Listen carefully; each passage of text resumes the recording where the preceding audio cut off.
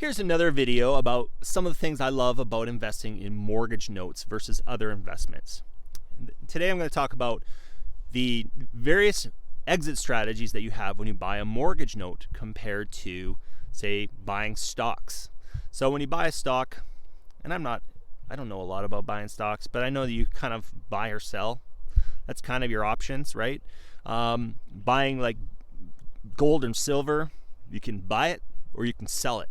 Right? You kind of have two options. Buying a rental property, you have a few more options, but really you buy it, you put a tenant in, or you sell it, right? With mortgage notes, it's different. There's a lot of exit strategies available to you, and you can get really creative.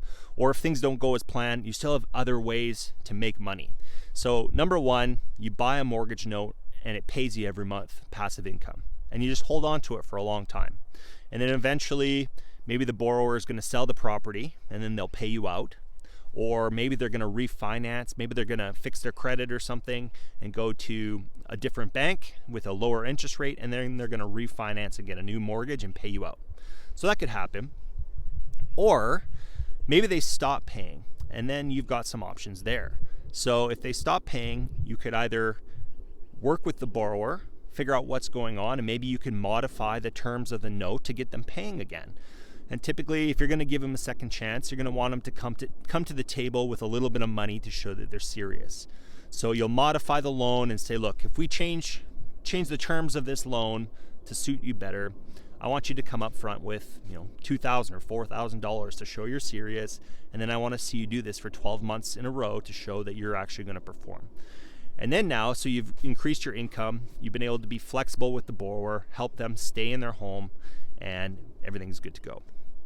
The other option, though, is if they stop making payments, you can negotiate a deed in lieu of foreclosure.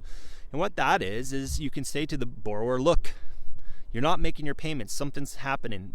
This mortgage obviously isn't suiting your life and your financial situation right now. So I can either foreclose on you as the lender, as my right to do, and that's going to affect your credit for the next 7 years. It's going to make life tough. Or, alternatively, you can walk away from this property, find a different place more affordable to live. I'll give you some money to move, and in exchange for all that, you deed me the property back. And that's called a deed in lieu of foreclosure, or a deed instead of foreclosing.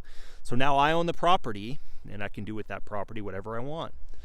The other alternative, if they don't pay, is you have the lender's right to foreclose and sell off that property. So we go through the procedures of foreclosure for that state, and every state's got different procedures, but you hire an attorney to do this. They foreclose on the borrower, and it either gets sold off at the foreclosure auction and you get your money, the balance that was owing to you, or you take the property back and now it's yours, and you can do with it again whatever you want.